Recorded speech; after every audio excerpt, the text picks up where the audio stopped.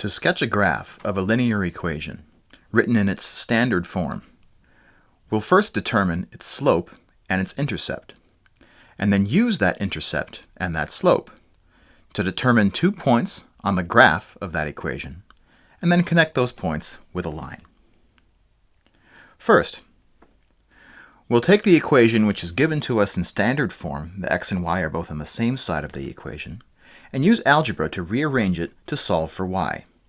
In this example, we'll do that by subtracting 2x from both sides to move the x's to the right-hand side of the equation, and then dividing by 3 to get the y by itself. The division by 3 applies to both of the terms on the right-hand side of the equation, 6 minus 2x.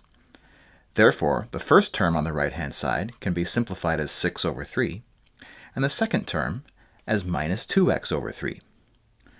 6 over 3 may be simplified to 2, and the 2x over 3 can be rewritten in a way that makes the x a factor at the end instead of something in the numerator. So we'll bring the x out into the front of the 2/3. This doesn't yet quite match the y equals mx plus b format, so we'll rearrange the two terms on the right-hand side. Instead of 2 minus 2/3 x, we'll rewrite it as minus 2/3 x plus 2.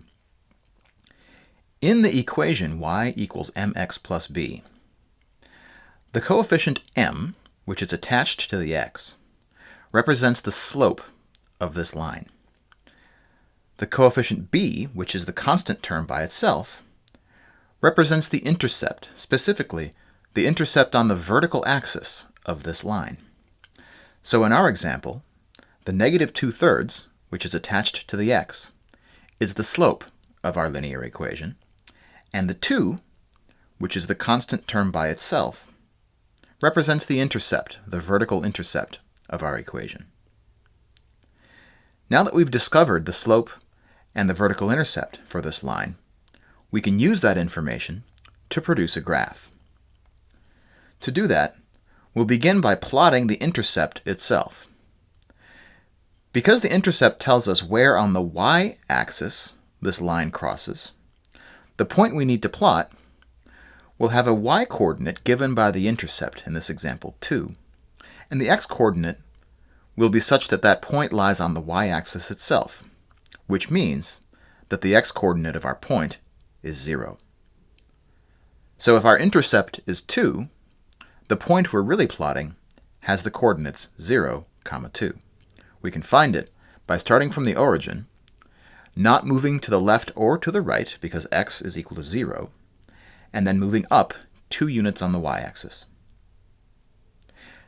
Now that our y-intercept is plotted, we know 1 point on the graph of our line.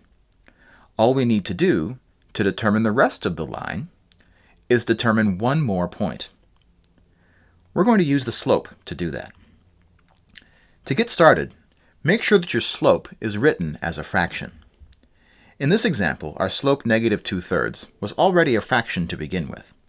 But to make it easier to understand in a second, I'm going to take that negative sign and make it a part of the number in the numerator.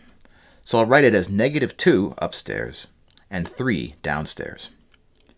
If your slope were a whole number, you would use a denominator of 1 to rewrite it as a fraction. The slope of a line may be interpreted as a relationship in ratio form between how much the line rises up and down and how much the line runs to the left and to the right on the graph. This ratio of rise divided by run is defined to be the slope of a line. And we can take that relationship apart for our given slope to figure out how to get a second point that we can put on our graph. The slope negative 2/3 therefore tells us that from any point on our line, we may proceed 2 units down. I'm choosing vertical first of all here because this 2 is in the numerator, so it represents a rise rather than a run. And we're going to move down because that number was negative. So negative 2 in the numerator of a slope means move 2 units down. The denominator is positive 3. Since the denominator tells us about the run of this line, that's a horizontal difference. Since the denominator is positive, we'll interpret that 3 as a move of 3 units to the right. So what the slope negative 2/3 is telling us is that we can locate a second point on our line, starting from any point that we know, and moving 2 units down and 3 units to the right. Now we just need to apply that, starting from our y-intercept that we've already plotted, 0, 2. Moving 2 units down on the graph from that point, and then 3 units to the right on the graph at that point, gives us a second point, whose coordinates happen to be 3, 0. Plotting that point, and then connecting those points with a line, completes the sketch of the graph of this equation. So you'll notice that linear equations, equations whose graphs are lines, are easiest to graph if the equation is written in the standard slope-intercept format, y equals mx plus b.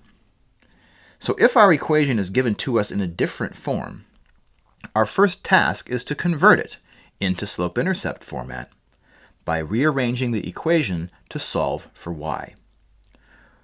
Once we've solved for y, we can identify what is the slope, the coefficient of x, and what is the vertical intercept, the constant term which is by itself.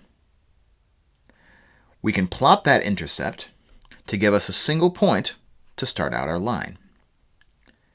Then we can use the slope that we identified to interpret how to get a second point by using the numerator of that slope to tell us how much to rise, either go upwards or downwards, and using the denominator of the slope to tell us how much to run, to the left or to the right. As soon as we use that information to locate a second point on our line, we can connect the dots, and our line is graphed.